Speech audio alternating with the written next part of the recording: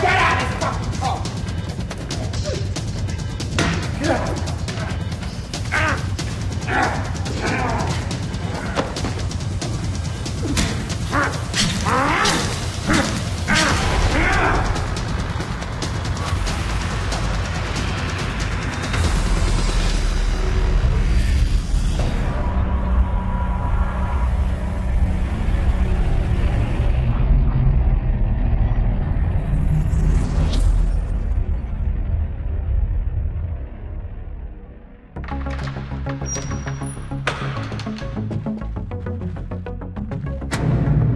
Right, get the fucking drinks in. Meet the Fitzgibbons. Christine and her two boys, Ian and Jason. This family were described as the Sopranos of Merseyside. Their mission to become top dogs of Liverpool Come on! Bring on me! turns into a battle for supremacy. If you crossed them, or they believed that you had crossed them, you couldn't be left to walk the streets without the signs that the Fitzgibbons had extracted their penalty. Their violent reputation helps them build their empire. They had a network of couriers available to distribute the drugs, and they had the ready contacts for the customers. This is the story of their rise to become narco kingpins of the Liverpool underworld.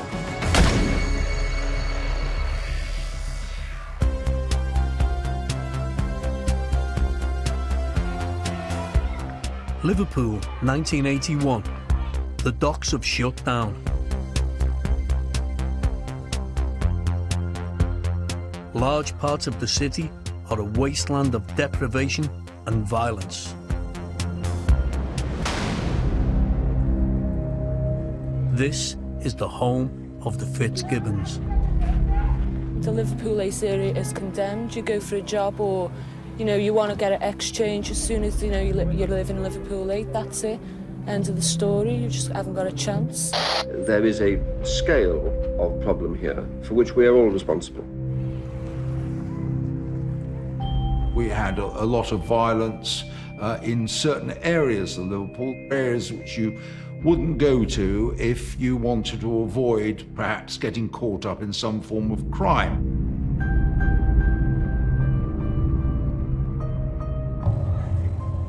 Unemployment is at a 50-year high, and along with extreme poverty, there's racial tension between the black community and the police. That's what made what I call the 1981 uprisings, what you'll know as the Toxteth riots.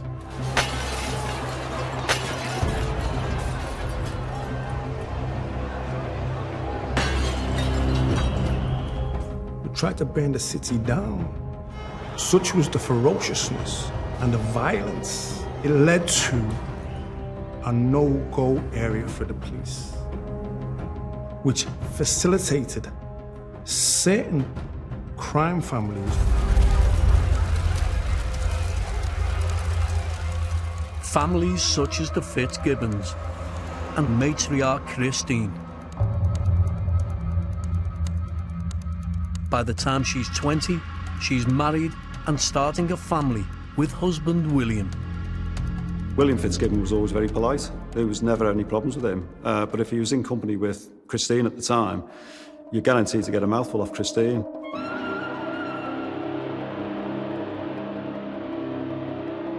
She was never nice, and no matter how you spoke to her and how sort of polite you were with her, she took great exception to having any dealings with the police.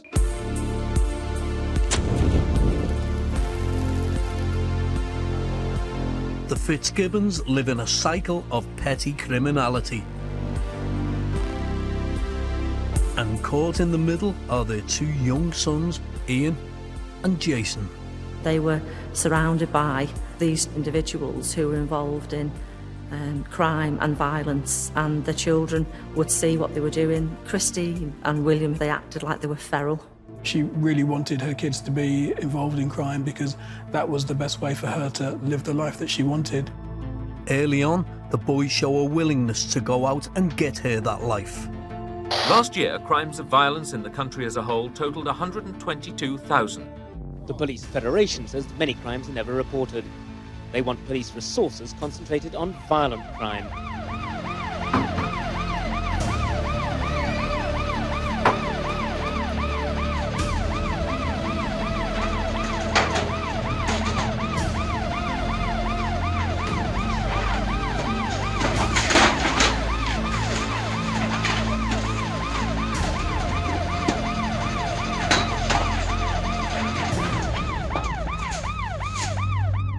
Like mother, like sons, Ian and Jason hold the cops in contempt. I had dealings with one of the brothers, I can't remember which one. We stopped in a car. He was very vociferous when we stopped him, you know, very antagonistic. Didn't like speaking to the police, didn't like being stopped, and I do recall that particular incident as being quite loud and, I'd say, volatile. Very aggressive, very aggressive. The young Fitzgibbon brothers enter a world of violence and fear. Jason's lust for violence was a kind of key selling point for the Fitzgibbons. It was the reason they were able to control so much turf and be as successful as they were.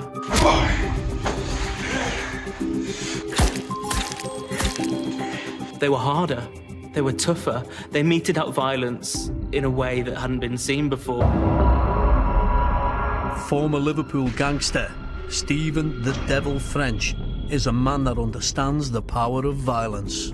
My nickname was the Devil, yeah, right? I'm a notorious individual, yeah, right? Apparently I'm an extremely violent man. I've been there, I've done that. I've been shot, I've been stabbed, I've been petrol bombed, I've been to prison. It's a mug's game, absolute mug's game. But violence is a very effective form of control, a very effective tool. If you were involved in narcotics and you didn't have the strength to hold on to what you had, it was a jungle. The Liverpool the Fitzgibbons grow up in is dominated by drugs. A heroin epidemic is taking hold. Drug abuse is so rife on some housing estates in Birkenhead, the area is known locally as Smack City. The streets are also being flooded with a new, more fashionable drug, cocaine.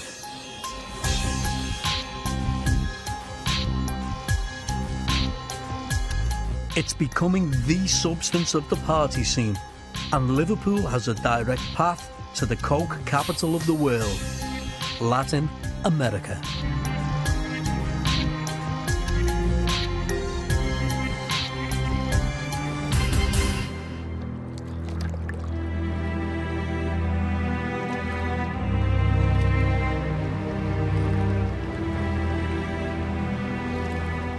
Liverpool is on the Atlantic, on the route, is one of the routes for cocaine to get into Europe. So the moment in which cocaine became the kind of drugs that it is today, which was in late 80s, beginning of the 90s, that's when routes from Latin America needed to be established into Europe.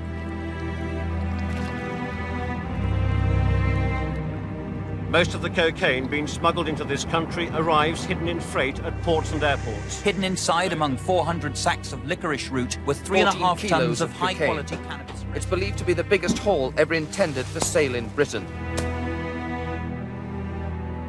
There is big money to be made.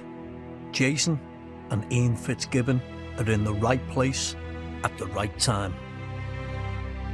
You can buy a kilo of cocaine in the West Indies for 9,000 US. You get somebody to fly that from the West Indies into the UK, that's worth £50,000. It's coming in from everywhere, yeah, right? It's rampant.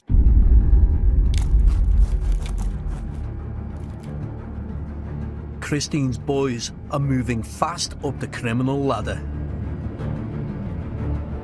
They've gone in quite a quick time from, selling cannabis to then importing heroin. The family's rise is going to be met with brutal resistance. Bring on, man.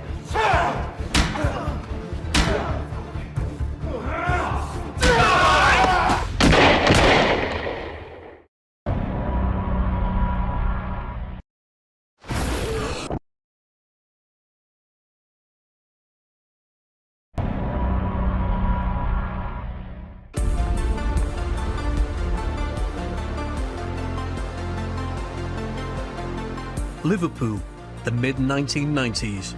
The party scene is booming, and the coke and pills are flowing. Despite dogs, computers, and sophisticated intelligence, drugs are getting through. For every one consignment seized, probably 10 more are missed. Brothers Ian and Jason Fitzgibbon quickly moved from dealing cannabis to more lucrative Class A drugs. Now they were established as sort of high-level drugs dealers and criminals within the city. They had to do things in a different way to make sure that their reputation was one that was feared by other criminals.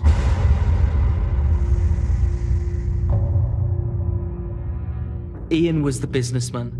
He was the person that you could have a business conversation with. He understood the concept of supply and demand and profit margins, as if he was the finance director of a proper, legitimate company. Jason, on the other hand, was the brawn. He wouldn't be afraid to target somebody. He wouldn't be afraid of a little frightener. Above them in the pyramid of control was Mum Christine, who was keeping them both in line and making sure that she knew where the money was coming and where it was going.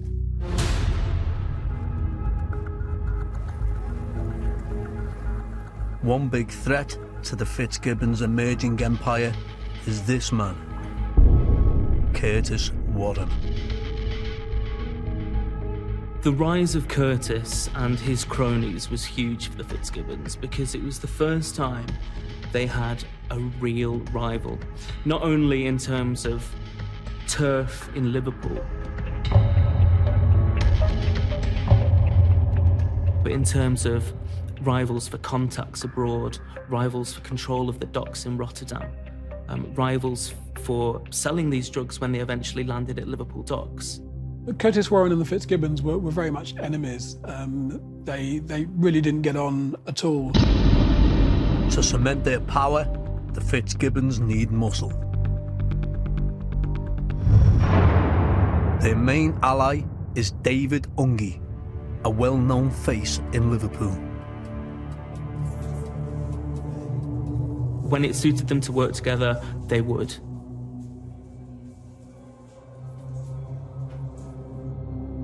Their sworn enemy was Curtis Warren and Curtis Warren's side of the equation. Tensions quickly escalate. A petty dispute over territory triggers a brutal bare-knuckle fight between the two rivals.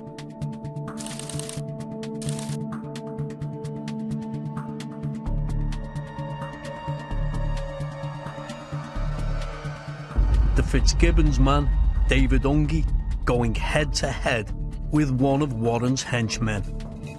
It's a fight that will shape the Fitzgibbons' criminal future.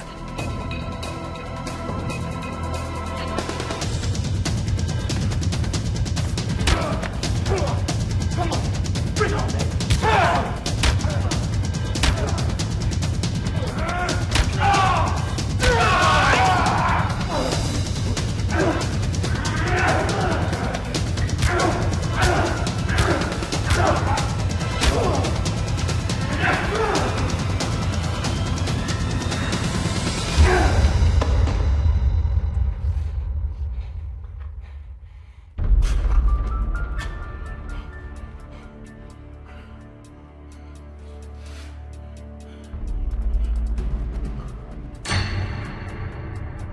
The Fitzgibbons have cemented their reputation in the criminal underworld.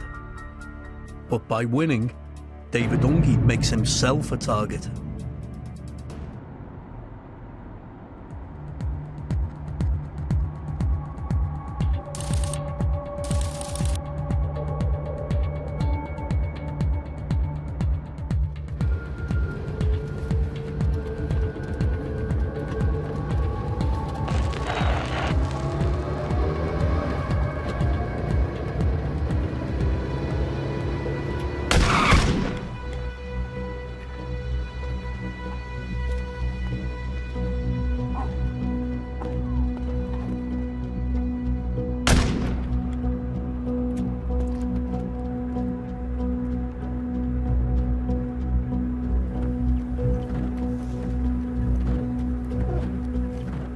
On this particular day, we were out on patrol and we got a call that there'd been an incident and shots fired. So we arrived at the scene and we recognised David Ungie.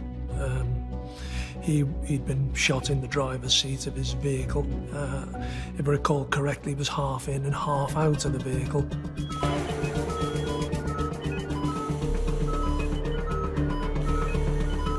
Into the main resus cubicle comes this victim of what seemed to be an assassination attempt. So you suddenly had dozens of people in and around the resuscitation room were surrounded within the resuscitation room by armed police, because such was the level of fear that there was a sense that they might try to strike within the emergency department. Ungie's injuries are too severe.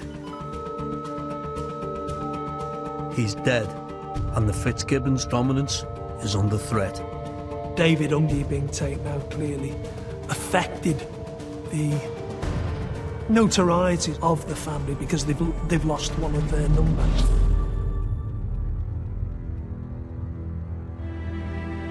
Shot dead in broad daylight as children played nearby. The latest One or more casualty gunmen firing up to 7 shots from an automatic weapon as David Today, police said the killing could be linked to gang wars in South Liverpool.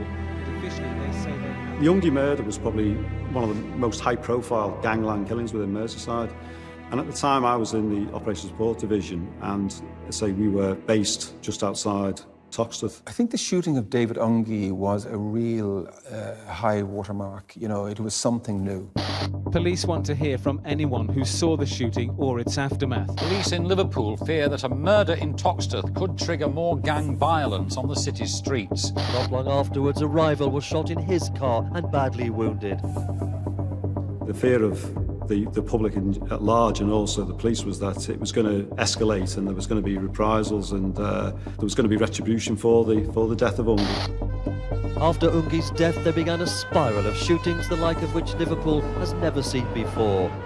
These gangs are fighting out their warfare on the streets, and it won't stop until either one side gives in to the other, or the police are able to have so much intelligence they're going to make it not worthwhile to carry out this kind of crime. I received a phone call from a senior police officer asking if I would be prepared to come down and speak to the Ungies and try to calm the situation down. We were briefed every night with briefing packs about the factions on both sides, and we were told that there was a zero-tolerance approach to this. We just had to make sure there was no escalation. The police say they'll fight fire with fire. Raise up, police!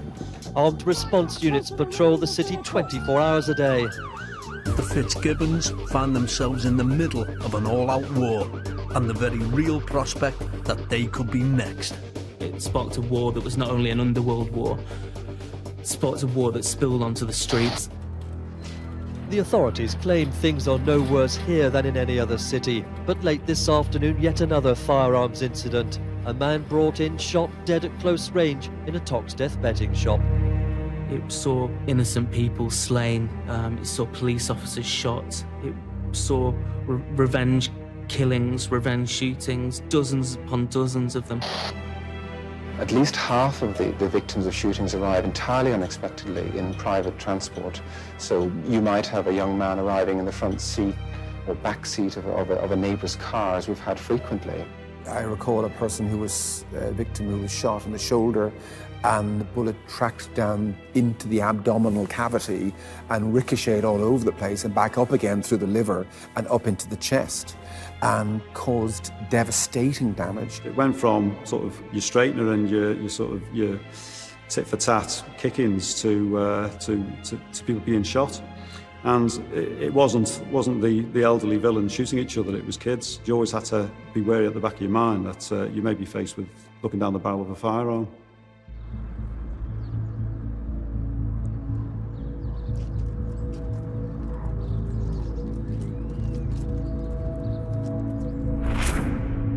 They've lost a major ally, but the subsequent violence is working in their favour. Anybody associated with Curtis Warren was now seen as a viable target, a revenge shooting opportunity. Curtis Warren was very fearful of being the next victim. Warren takes drastic action and leaves the country to start again in the Netherlands. Back home in Liverpool for the Fitzgibbons, this saw the mass evacuation of their major rivals. So Liverpool was now there to be had for them, in a way it hadn't been before. The Fitzgibbons are now Liverpool's top crime family. Their deadly enemy has fled. They become a #1 target for the police. All about money, money every day, it's all about the money.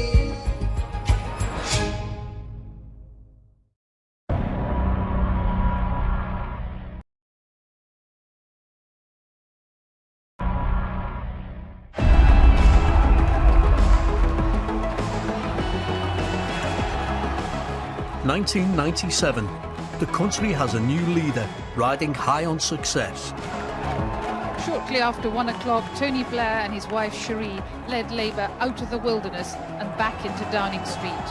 This new Labour government will govern in the interests of all our people, the whole of this nation. That I can promise you. With their key rival out of the way, the Fitzgibbons drugs empire is booming. They were a PLC, they had kind of almost foreign bureau, foreign offices. They would be on flights all around the world. They would have, fake passports and they'd be off. They were well known for driving around in the high-powered vehicles. They would just go in to a car showroom and demand that they were given a vehicle to drive around in. Their success doesn't go unnoticed, and Merseyside police launch one of their biggest ever surveillance operations. Officers investigating the Fitzgibbons still want their identity protected 20 years on. An intelligence package was brought to the table which indicated that Jason and Ian Fitzgibbon were involved in the supply and distribution of drugs throughout Liverpool, Merseyside and the UK. From the start of the investigation, it was clear that Jason and Ian had knowledge of and contacts within the drugs world. You don't just start out and be able to source kilos of drugs. If someone was starting out in the drugs world, it would be smaller amounts, building up a reputation, building up the credit lines, building up the contacts. Jason and Ian clearly had these contacts already in place.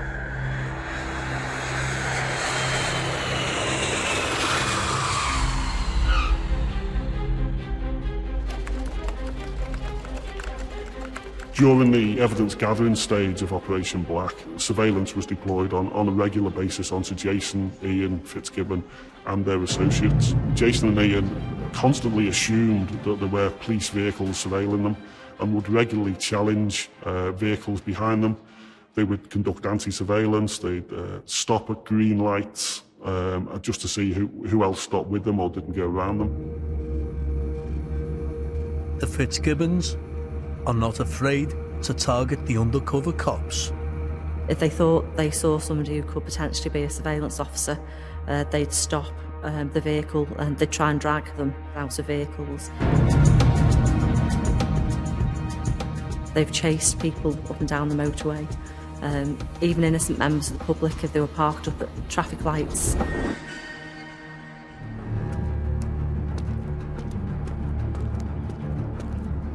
remember on one particular day, I was in a surveillance vehicle, and they've come and they tried to open and get into the vehicle that I was actually driving. They are extremely confrontational, violent, and it's not a nice feeling.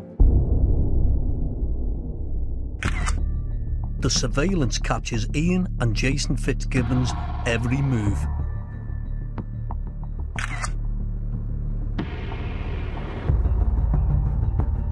The associates, the deals, and the drugs.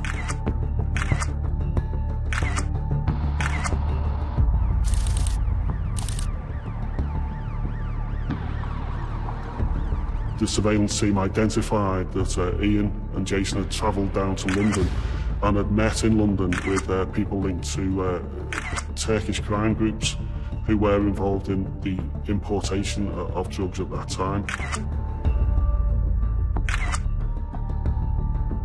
Days later, another member of that group is captured carrying a bag. It contains 5 kilograms of heroin. Customers for the drugs were identified in Scotland, in the West Midlands, as well as in the Northwest.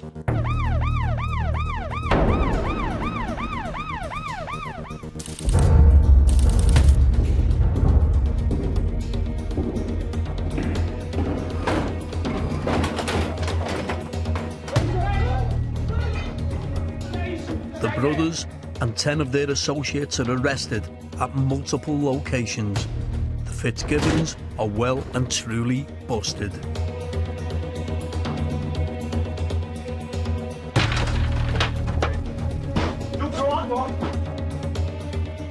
Ian gets 7 years and Jason is sentenced to 8 for conspiring to supply heroin.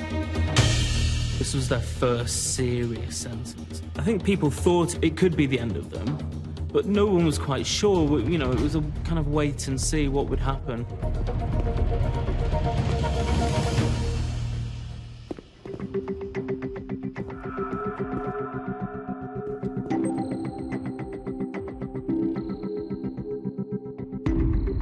The criminal justice system is not perfect. It's not geared to see this kind of long-term criminal activity. It's not made to take that down. It's made to take portions of it down at different times.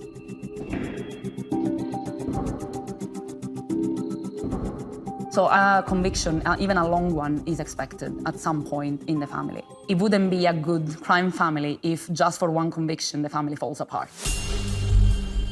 Rival Curtis Warren is also banged up in a Dutch prison. His term is extended after he kicks an inmate to death. By 2006, the Fitzgibbons are released. Their target, Warren's drug turf in Holland. Ian and Jason are back in business, and the authorities are as determined as ever to get them imprisoned. You rise to a certain height, you become noticed to them, they target you. One of the reasons why I got away from the life was the technology. The technology is astounding. British and Dutch authorities joined forces and bugged their phones. Jason and Ian Fitzgibbon were involved in an investigation in Holland, and as a result of that investigation, extradition warrants were issued, and they were actually sent back over to face charges in Holland.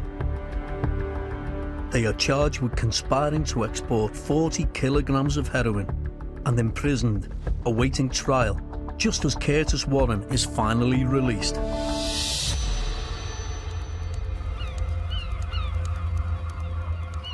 His freedom doesn't last. Just weeks later, Curtis Warren is snapped with associates in Jersey. One of those men is caught making this phone call. It's £1,000, yes. 1 9-bar, yeah. One bar, yeah. £160 for 1 ounce. For 1 ounce, £160, 1 ounce. So I'll just get rid of it all at one go for £3,000 for 1 kilo. In total, the group are trying to smuggle £1 million worth of cannabis into Jersey. The police have enough evidence to go to court. For 18 years, the British authorities have been waiting for this moment. Warren is back in the dock, and his criminal history is laid bare. The drug smuggling, the possession of firearms, the killing of an inmate, the whole lot was laid bare before the jury. Fortune favours the Fitzgibbons, with Warren sent down for 13 years. Their case collapses. Once again, they're back on the streets, feeling untouchable.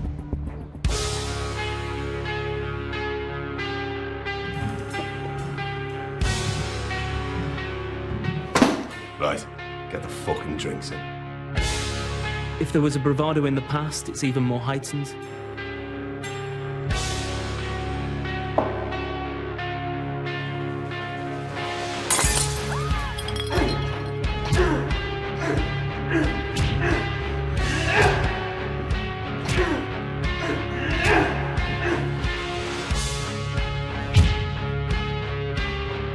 This family were described as the Sopranos of Merseyside.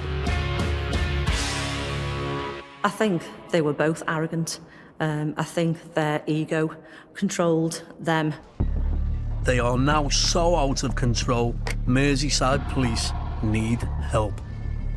Operation Bistro was tasked to the National Crime Squad, supporting Merseyside police. A request was received to support the force with the Fitzgibbon family due to their history, the violence, the fact they also had an international reach. The police used the term dynastic crime family. The Serious and Organised Crime Agency had them classified as a tier 1 group. That meant that they not only controlled the importation, they went abroad and they made connections in South America and with the heroin importers who were bringing the stuff into Turkey and through into Britain. The police carry out a campaign of surveillance. Here, Ian Fitzgibbon can be seen laughing and joking with an associate. They had a probe that was placed in the Fitzgibbons' home. The probe painted a really good picture of the Fitzgibbon family themselves.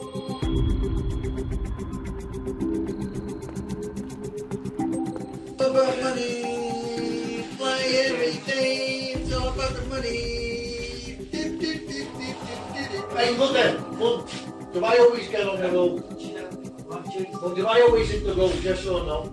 Christine obviously featured quite a lot in the investigation. It was obvious that she was aware of what they were involved in. And even though they were grown men, it was as if they were taught to her, as if they were still, teenagers, young boys. She had that influence over them. But I told them, though, whatever he can do, Mum, I can do 10 times better. How can you do 10? You do over there, lad. You do over there. You. That incredible recording takes you right inside the heart of their operation. Who brought everything back, me? When George brought anything back, tell me when. Answer that question. They shoot get us on our feet, yes or no? To hear them so naturally arguing amongst themselves over their kitchen table about who is the better dealer. And you can hear the rivalry between the two brothers. And we were told that it was that rivalry between the two brothers that drove this business forwards. Not only did they compete against each other for who was the better dealer, who was the most successful. You hear them arguing between themselves over who was the most profitable, who was the better at bringing the gear in. And at all the time, Mum is the judge. Mum is the umpire at the heart of this. The police still need to find the killer piece of evidence to take Christine and her boys down. But they're far from done yet. Christine was sleeping on all this money. They had so much cash that they couldn't stick it in bank accounts. They had to literally sleep on it to find ways to get rid of it.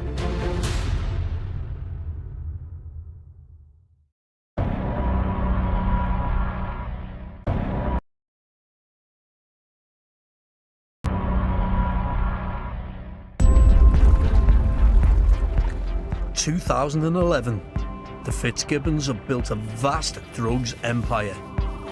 Jason is about to risk it all.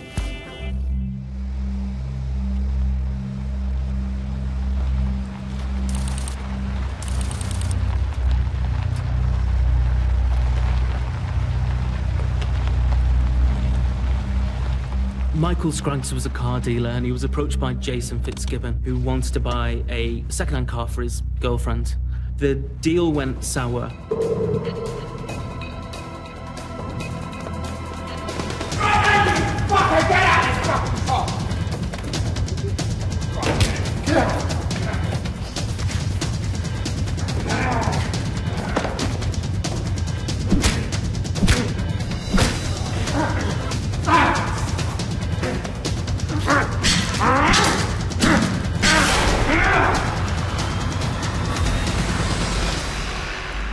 The Merseyside police received a report that somebody had been badly assaulted. I think he was stabbed 14 times.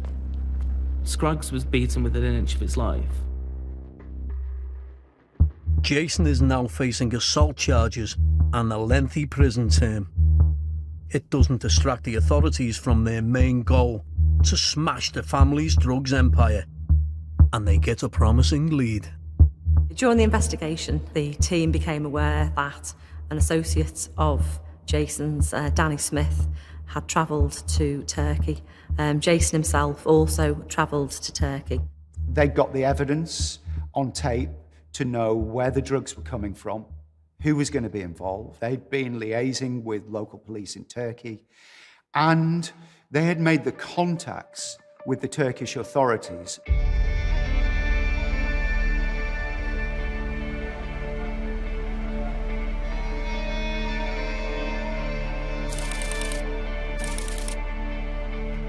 They have identified a consignment of heroin that is traceable back to the Fitzgibbons. Their intelligence leads them to a group of drug traffickers in this car park. They know exactly where to find the stash.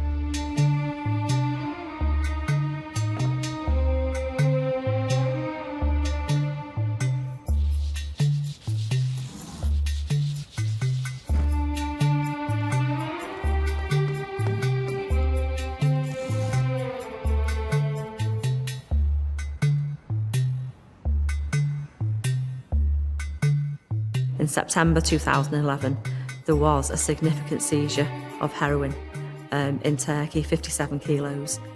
When the Turkish gendarmes did their raid, they got all this, and effectively, they smashed their heroin importation operation. A significant quantity of drugs had been seized, which we could actually put on them. So it was a really, really good seizure at the time when it was needed.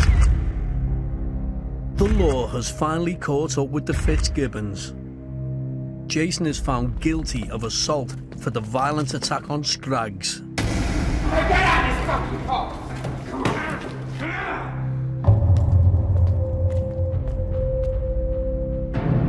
He's jailed for 7 years. For the police, it's now 1 down, 2 to go.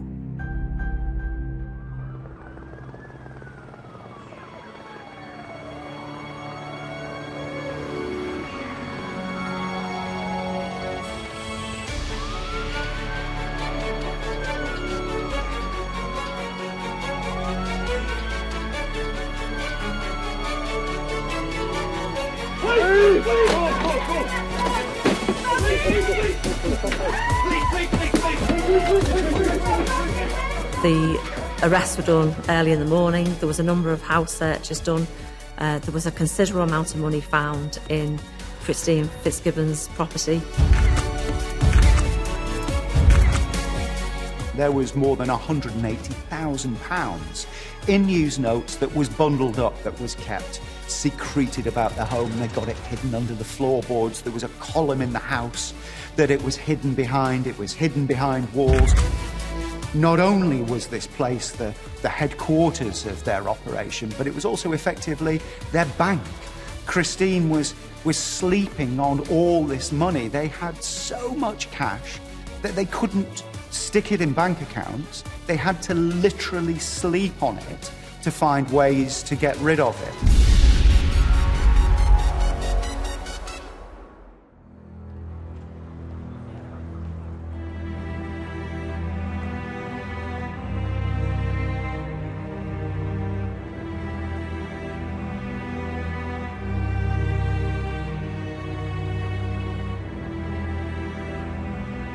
They were described as the Sopranos of Merseyside, one of Liverpool's most notorious crime families, who, according to police, convicted themselves by their own words. Brothers Jason and Ian Fitzgibbon planned to flood Merseyside with drugs imported from Turkey. Today, they were jailed for a failed plot to smuggle £7 million worth of heroin into Britain.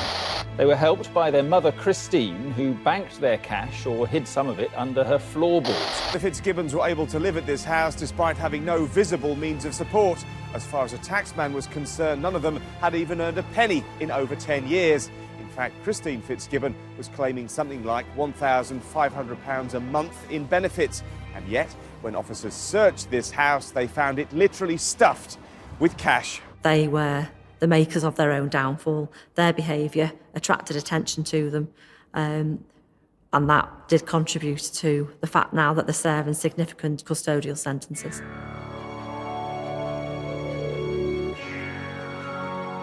Christine has got to take responsibility for, I think, contributing to the downfall of her family because of from an early age, you know, Ian and Jason have been involved in crime from being teenagers. Time will tell whether the Fitzgibbon name continues in Liverpool. What we do know is that the Fitzgibbon name has been huge in Liverpool for decades. Would it be a surprise if it continues? Not to me. Decades of a business, decades of an empire that had been built up was effectively destroyed with that one court case and that one bust. Huge though it was, the implications were enormous for the Fitzgibbons family and for their future as one of the most important players in the importation and distribution of drugs in England.